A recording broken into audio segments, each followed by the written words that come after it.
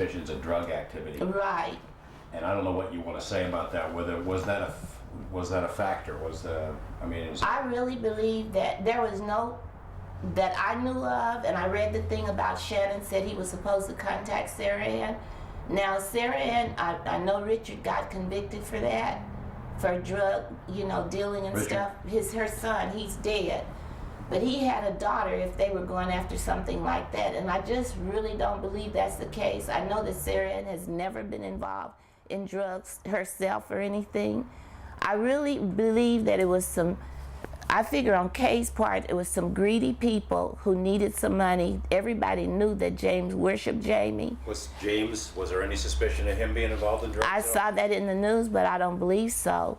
And all the time that we were together, he was never involved in drugs. We had been split up for about 5 years or so, but he was working at the time. Did he quit out? He was a boss in Baccarat. He wouldn't have needed to deal any drugs or nothing like that because they made a lot of money. Hey. From the K part, I felt like it was money. As far as Shannon was concerned, I don't know enough about him other than a lot of people were jealous of James and all of them because they thought they had something they didn't have, because we certainly, I can't say we because we weren't together, but I know from what James said, he didn't have money or access to any $75,000. And what made me real suspicious about Kay is that just before this happened, she and her husband had been broke up, Al, from Detroit, a number of years. I had gotten her a job where I worked, and the interesting part of it, I never said anything to my manager, and he even suspected her. Bernie, he was a manager of Principal Financial Group. Anyway, she was telling me, oh, I'm so excited and I had to share the good news with you. She said that after all these years, Al never paid me my money for, back child support. She said he's coming to town and he's going to give me $25,000. Well, if they figured 3 people were involved, that's 25 apiece. Al did come to town, I found out later, and James and some of them had to get money together to pay his bus fare back to Detroit. So there's no way possible he could have been coming out here to get $25,000. But she knows that I know that things had been rough for her. So I feel like that was her way of making known. And she also told me that people wouldn't, we went to lunch one day and we were sitting across the table, and she said to me, she said, a person couldn't lie to you forever and look you in the eye because you have the power of discernment. And she has never, ever been by herself alone with me since then. She avoided me. She was telling people at work she was seeing me every day. Where is she? The last I heard was in California. Now, during that time, I don't know if she was smoking crack, getting high herself, but when the police went to her house, food was on the table, everything, she just left in a hurry. And when my girlfriend went out there, or one other person said they were beating on the door saying, come out of there, I know you're in there. Now she left because I have to go back and tell you about one thing, but in the meantime, she moved to California with her daughter. So about 3 months ago, one of her cousins died and she wasn't here, and I asked her aunt, I said, oh, where's Kay, because I've been trying to act real until I can get something that okay to question her myself or whatever. So anyway, she says, I don't know. She stopped calling me. She used to come see me every day, and I'm just wondering what's going on with her. But the weirdest thing, a couple times, a lot of my friends, they would see her and they say, Eleanor, have you ever suspected her? Many people had a bad feeling about her, and I know that's nothing you can go to court with. But when I left out of town, and one time I came back to town, I stayed at Caesar's Palace, and I saw her at the mall. So she saw me. I was with another friend who had asked me about her, and she says, oh, I want to come by to talk to you, or come by. And I said, because I could put on a false face for a while, but then when I'd really see her and get to thinking, I'd kind of come apart. And she showed up. I told her no, like I didn't want to see her, basically. And she showed up that morning at my hotel room like 6 o'clock or something. And she was all frantic acting, and I wondered then, was she going to tell me something? But my niece came out there to cut my hair within 15 minutes or so after she got there. Or one was before, I don't remember. But since we weren't alone, she'd go, oh, okay, I'm gonna go, you know. And I've never been close to her. I've been in her company because of her aunt. You felt that maybe she was going to confess? I felt like she had something to say. I felt like she had something to say. And another girlfriend who's a psychic reader, she went to her and she said when she brought my name up, she just freaked out. And she said her daughter was so cold-blooded that she was saying her own daughter, but that's how she reared her. Let's start this way. Why is now the time to bring this up again? Well, because it's never gone away and I never felt any hope till now. When I went away, I was so disgusted with those first detectives. I thought they were still on. So this sounds kind of crazy, but I took a job in New Jersey. I said, I'll meet a mob member. And then I thought that would be like trading my soul for the devil. Because I said, I bet they could have ways of finding out. So I just heard about some people and things. And I'm like, that's not the route to go. So I had asked a number of people about private detectives, you know, somebody who could come in here, and I didn't have much. I don't want to get upset. I understand. Take a second. I'm going to get some water. That helps. Look at the little microphone. Oh, okay, I'm just sorry. carry it with you. Okay. All right. Ask about it, didn't come through. So I came home, and it's just been bugging me all these years because I'm like, I feel like I'm letting my daughter down if I don't find out what happened. And I just believe that I know. And I just felt like I need to find a way to tie these loose ends. So when I got my cousin, first I was trying to get the records, and I'd asked different people I know, but nobody ever helped. So when Jerome, my cousin, introduced me to Detective Hatch, and I felt just a totally different, hopeful again, just hope.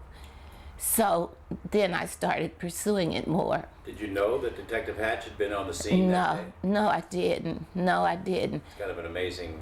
Yes, that from me leaving the door open. Anyway, and like I said, the first detectives told me they didn't believe a little colored girl could get kidnapped.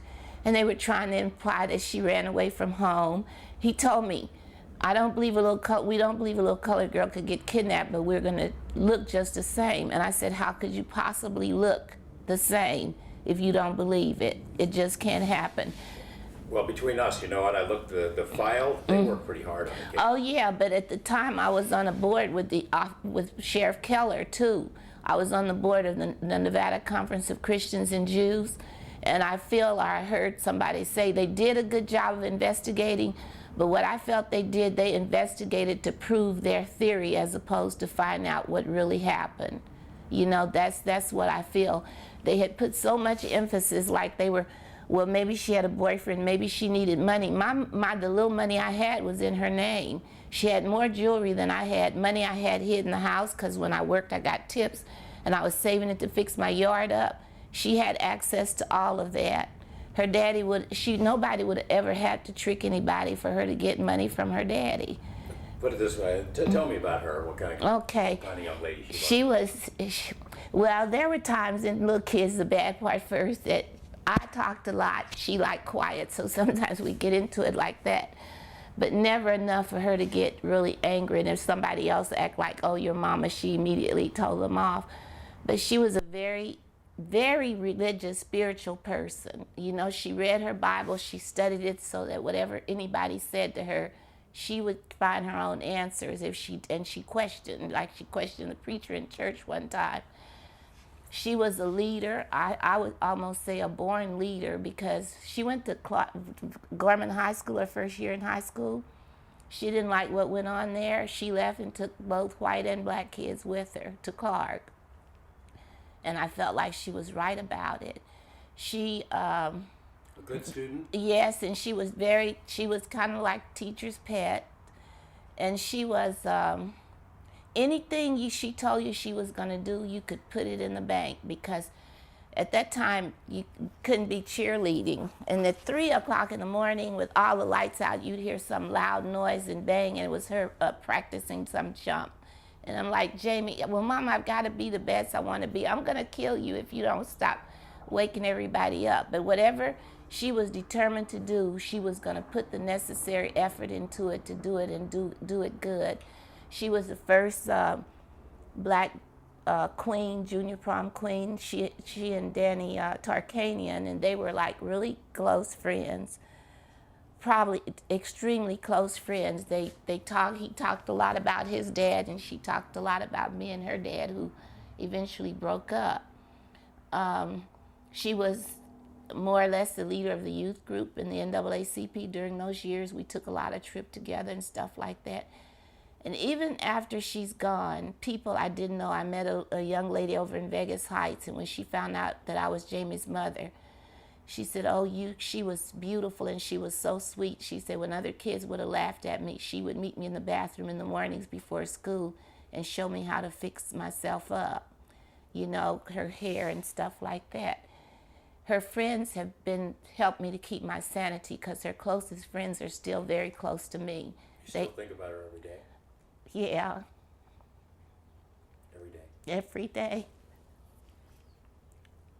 Tell me about that night. I mean, in the night that she disappeared. Now, where were you when you got the news, and what were your first thoughts? I mean, you know, some people suggest maybe she just took off, or was right. goofing off, or with a boyfriend, or something like that. I never had any doubt because she never took off. Even if she didn't like a ruling I made, she would abide by it. Like if I told her you can't use the phone in 2 weeks, she'd come, Mama, my 2 weeks are up. So I had no doubt that she had left on her own. And then when I went home, it was proof positive that she didn't. I was at work on a second job. When I was getting ready to go to work and she was getting ready for a date, this was the very first time she went out with a young man from UNLV, and they were going to the movie. And I said to her, Jamie, you know, I don't like you going out with someone that I've never met. She said, Mama, I know it. She said, I just met him with all these kids and we're all in a group. This is the first time we're going by ourselves and you're going to meet him very soon. She says, as a matter of fact, I told all of them you were going to cook spaghetti and, make them some dessert. I said, oh yeah, there you go, volunteer me again. And I'm thinking like maybe Sunday she has this in her mind because they would both do that, plan something. So I knew that she was planning for me to meet him. And I was at work, and the whole day was weird because Shannon had come by my house for an appointment unannounced. I had loaned my car to this guy I used to date, Pep, who had my car, so I didn't have the car in the evening. So somebody called me and told me, actually it was my son, he called me at the club and he says, Mom, I think you better call Daddy because I think something may have happened. And he said, you call him. And I can't remember if I hung up and called immediately. I got a bad pit nerve in my stomach. So when I called James and they told me she'd been kidnapped, in the meantime, her friend LaTanya and her dad came and picked me up immediately. They came to see me. He got her out of bed, I guess. So we went from the bar that I worked at, to Shannon's house. And then we went to my house and I called Booker Evans because they said you better not call the police or they would hurt her. So I called Booker to find out what I should do, so he called the police. And when I went to the house and went inside and saw her ID and dime for the phone and that, I knew that she didn't leave. And I kept telling, it was so silly how you dwell on silly things. I told the police she would never leave out without her shoes because I had thick carpet and neither of us even walked barefooted on the carpet. I said she would not leave out of here without her shoes. And it just stuck to that. Even when I found out she was actually dead, that's the first thing came out of my mouth. The calls from the kidnappers went to your ex-husband? It went to the club, People's Choice. And I can't remember if his mother got it. I think his mother answered the phone and they asked to speak to James. But no one recognized the name, the voices? Sarah Ann says she would. If she heard that voice again, she would definitely hear it. So I would like to there were some young men, because one of the other people they think were involved in it, that grew up here and everything, and they used to have a little boxers group or something that they wanted Jimmy to join, and he didn't. Well, not long, a month or so before she was kidnapped, I was she was in there in the bathtub, and I walked out the front. I was watering I put fertilizer down. So I was going out to turn the water off and move my car. When I walked out, this car, well, at least 4 guys in there, and I recognized one of them. I didn't know at the time. I went out and they said, there she is, there she is. And as I walked to the street, I guess closer to them, they slowed down and kind of stopped. And then when they realized it wasn't her, they took off. Well, by then I was getting in my car and I followed them to Washington Street, realized I had left the door open and I had no gas. My gas was on empty. So it was like a split-second decision. If I follow them and run out of gas, Jamie is not going to come to the door to see where I am, and then she'll be left there with the door open. And to this day, I regret that. I don't recognize cars, when I see them, what type, but I do remember it was a light green. It was beginning to get dusk, but there were one other green car that I know someone drive that I think may have been involved, and that's what the police said, it was a green car. Well, this young man has disappeared now, and I think that there may be some connection because between the people that may have been involved in her kidnapping and death. Help me tell the story of those few days, and then we'll get into some suspicions. But call comes into James, right, or the club. We won $75,000. He right. responds. I mean, from what he said, from what what they told me, he says, well, please don't hurt her. I don't have that money. I don't have it, but give me some time and I'll see what I can do. Then in the meantime, I guess Jimmy was eavesdropping or something because he was down there, and then he called me, and that's when I called, and from then on, I didn't talk to James anymore for a while. He was kind of like, it's kind of a blur now, because once I called Booker and he came and went home and everything, and after I said go to Shannon's house, and when I went there, this guy that lives with him, and I said, is Shannon here? And he said, no, he isn't. He never opened the door wide. He says, well, he just went out, because he used to say that he jogs early in the morning. And the first time I met him, tell me if I'm getting off track. The first time I met him at the club, he told me, he made the comment that he and this guy were together, that he went after he wanted to buy the insurance for me. He says, and I look out for you and your daughter because there's a lot of weirdos around. And later I'm thinking he was the biggest weirdo of all, because I didn't know him and about all these things he had done to people until later. You didn't even know him, and here he is saying, I look out for you. Right. And so I just had a weird feeling. And then I told him I'd sell him the insurance. And like I said, said it for 4 in the afternoon, and he never showed up and when he came to my house. Which is when? The evening she was kidnapped. I was getting ready for work, so it had to be before 8 o'clock in the evening or before 9. It was somewhere, I'd say 7 to 9 or something. But what happened, he had gone down to the club to order some food. He and this other young lady were together. Pat Hughes is her name. My sister was serving him because she was helping him out at the club. And she said, he brought his food to the table, and all of a sudden, I don't know what happened, that he said he had to run an errand. So he left hot food on the table, and we talked about the time, and that was the time he came to my house. Now, what was so important for an insurance appointment that he had missed before? You suspect now, looking back, that he was there scoping out the house. Absolutely. Okay, go ahead. Let's go back to tell me the story of that night. So she's kidnapped. You're all very concerned, right? Right. So you still had hope that something could happen to get her back. Yes, I did, because after she was kidnapped that first night, I was just, by that morning and day, I was just kind of frantic, driving around, asking people I knew, have you heard anything or seen anything, just driving. In the meantime, she called. With all this going on, she still was sweet enough that she was worried about me. So when she called, I was gone. My girlfriend, Jackie Smith, answered the phone. And she said, Jackie told her your mom's out trying to find information. And she said, well, I know my mom's going to be worried, and tell her not to worry. And my girlfriend said, the way she said it, she sounded not like totally at ease, but that she may have known someone and they may have given her reason to think that she was going to be okay. So in the meantime, late that night, James was at his place, and after so long, I went over to talk to him, and we got in an argument about Shannon, because I told him I thought it was Shannon, and he said, it wasn't Shannon, it was probably that guy you date or some of those, because he's too much of a man to do anything like that, which he apologized a couple years later, because his sister was with me, and she says, come on, they don't know people as well as you do, Eleanor. So anyway, he told me they called him, and they said they made a mistake, and they were going to let her go. So he felt like they were. So I didn't know this till hindsight. But anyway, by then I was so exhausted. I hadn't been in bed, and I sat down calling, but I fell asleep on the couch.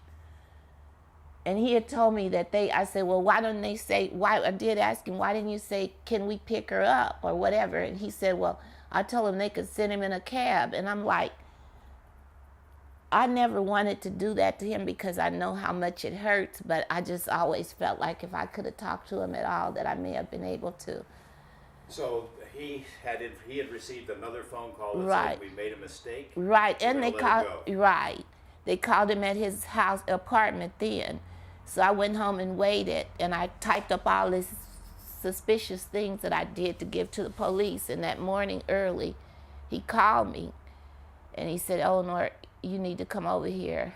And I went, not really facing that it could be, but yet and still nervous. And I didn't get in the house of police, and he was standing out, in the apartment. And then he said she died or something. And the first thing I was asking him, I'm like, she didn't have any shoes on, did she? I mean, stupid stuff, but it was just, I told you she didn't go out without any shoes, because I kept feeling like if they'd have listened to me and taken it more serious, that they would have handled it differently. Because it was all about all the stuff, and I know kids do that. I found out later they do that to all parents. But it was all about stuff like I'm telling them, she won't even let anybody smoke a cigarette in her car, let alone have any drugs around them or anything like that. Let's talk about drugs for a second. There's a lot of information Right. in the police file that suggests they strongly suspect the drug involvement, that some of the other people who were suspects, and there were a couple of suspects, Right, that they were involved in drug business, right. and that they suspected your ex-husband or that club of being involved as well, which is why they thought they had the money. What do you Right. think about that? Because I know that was a suspicion, and I know so much of that is going on. But knowing Sarah Ann as I do, I know that she would never knowingly tolerate drugs in the club. They had that problem at the Moulin Rouge, and they called people. Now, Richard went to prison for drugs. Richard is Jamie's uncle. He's dead now too. Anyway, I really believe if they had been involved in drugs, and that was the reason, I believe, this is what I personally believe, that they wouldn't have an idea who did it or would have had an idea. And if nothing more, somebody may have ended up dead. That's what I believe. So I just don't believe that there was drugs involved. I don't know, like I said, enough about Shannon, but I know the other person or people that I read in there, just the money enough. And a lot of people didn't like them because they felt like they were arrogant and that kind of stuff, I just don't know. people thought they had a lot of money. Yes, that's true, and they didn't. But if they'd have waited a day, the bank, Jamie, they liked her so well, they would have put up the money for her at Frontier. Back to James. He gets this other phone call that says, "Look, that we made a mistake. We're going to return her," but he still doesn't know who it was. Right, that's what because I asked him. I said, "Well, did you recognize?" He said, "No, Eleanor. They just told me."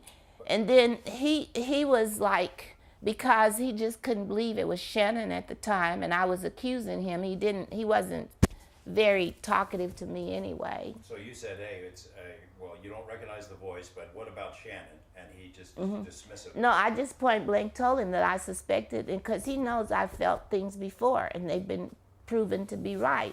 And I said, "I really believe it." And he told me, "You don't know what you're talking about. He helped kids." And I'm like, "Yeah, so he can get to them and stuff." So we almost got, he never like fought me, but He was very angry with me for saying it, but like I said, a couple years, he said, I'm really sorry. I had no idea, and I just needed somebody else to blame, you know. Let's talk about Shannon for a second. Who was he in the community? I mean, what reputation did he have? How well did you know him? I know Okay, only thing I knew about him was unfavorable, because after I knew nothing about him before he came and wanted to buy insurance from me, and he said he was referred by my mother-in-law.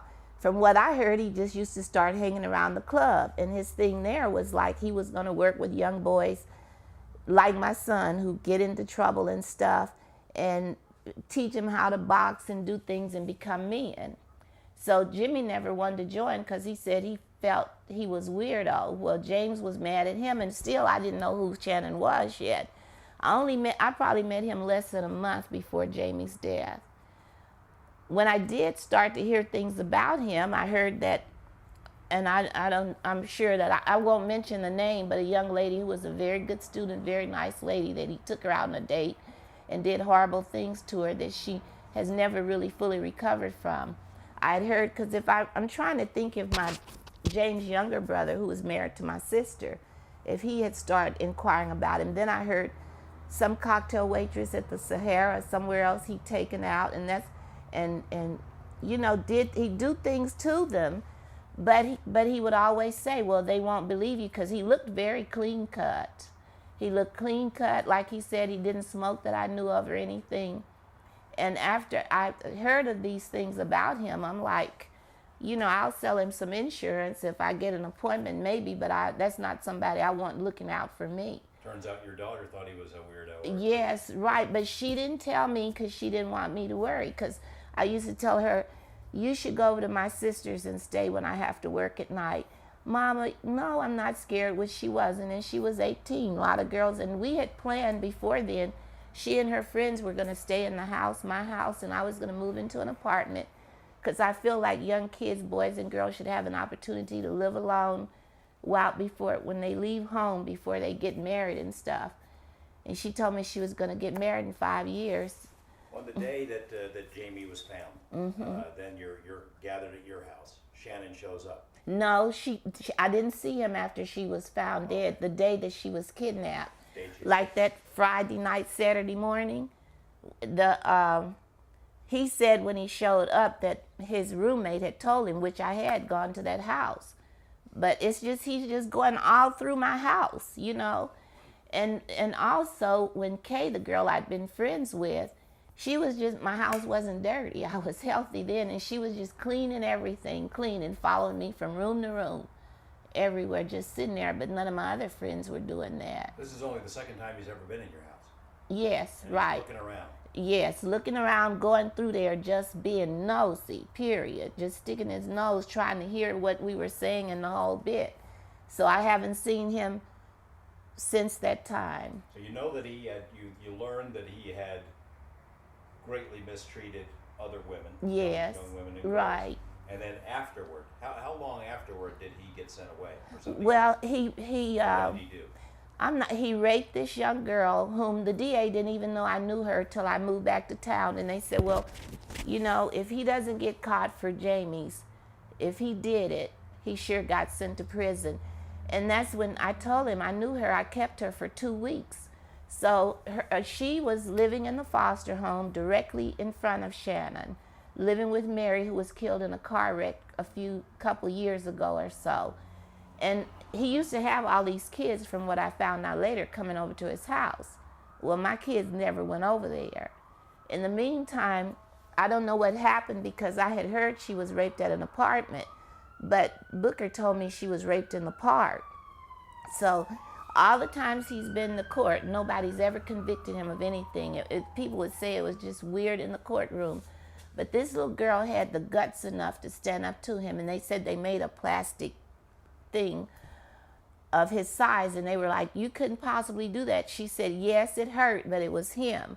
And they convicted him, and it wasn't too long. I really can't say, maybe within a year, because I was still in Atlanta when it happened. And it wasn't long after I left. Do you know what he was sentenced to, or how much time he did? He got 15 years, and I think he did the full time, because he just got out like last year or year before. Just got out. You don't have any idea where he is? is? No, because I've looked it up on the internet and I haven't been able to find it.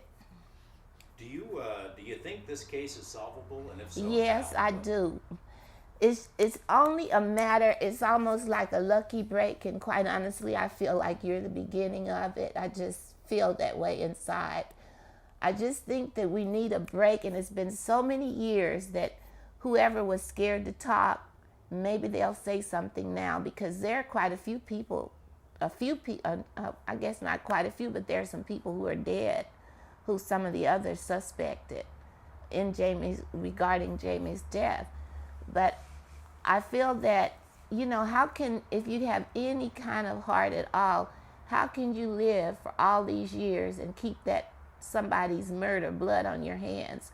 I don't think that Shannon, from what I hear, I don't think he has a heart enough to do so, but maybe some of these other people who were brought into it or who know something about it, maybe they'll have the heart and the guts enough to speak up. Someone in your community knows, don't they? Yes, and also outside of the community, because I understand a couple people they wanted to look at don't live here anymore. So I'm hoping and praying that they'll come forward. And I never ask for any pay for what I've done, but I have helped a lot of people. I've helped them get jobs. I've helped young people, ladies off the streets. And I feel like it's time for me to be helped. Are you confident you know who did this? In my heart, I do. Yes. I don't know who all is involved, but in my heart, I will go to my deathbed. I hope I don't have to. I hope I'm going to learn before. But I do believe I know who did it.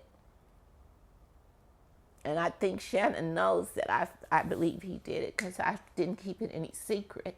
You said you relied on a psychic, not that you believed so much, so strongly. It was a kind of a what the heck, why not? Exactly. That's what I went. And one, I went to a man, and I don't know his name, someone took me to.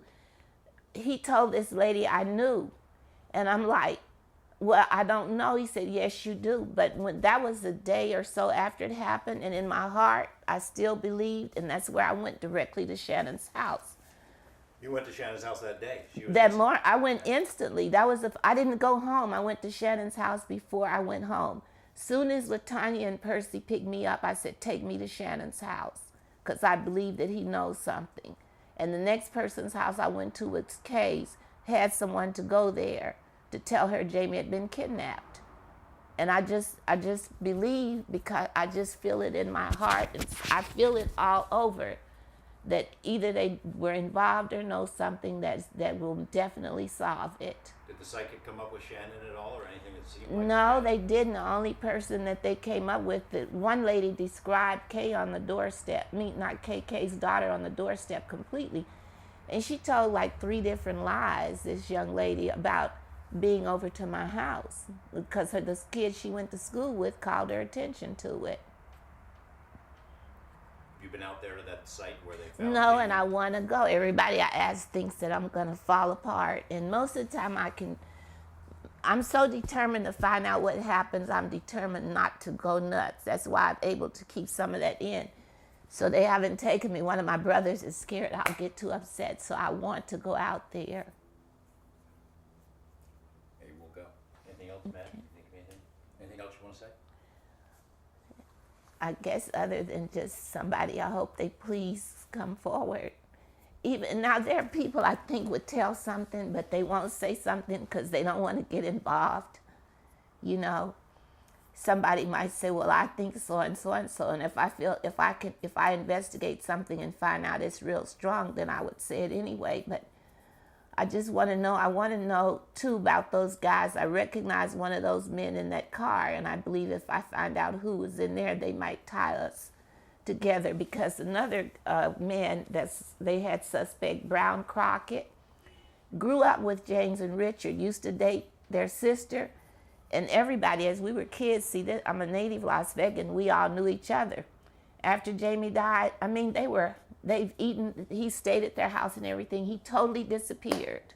And anytime somebody in the family has been near him, and my sister was working for the state for a while, going to senior citizens, and this one lady said, Lord, I know it was bad what they did to that child, and I know that Brown Crockett was in it. You know, these are people you can't do, but I believe we know. I just have to find a way to prove it. Okay. Is this Jamie's scrapbook? Yeah, I took that out. I got it. Okay. Here, I'll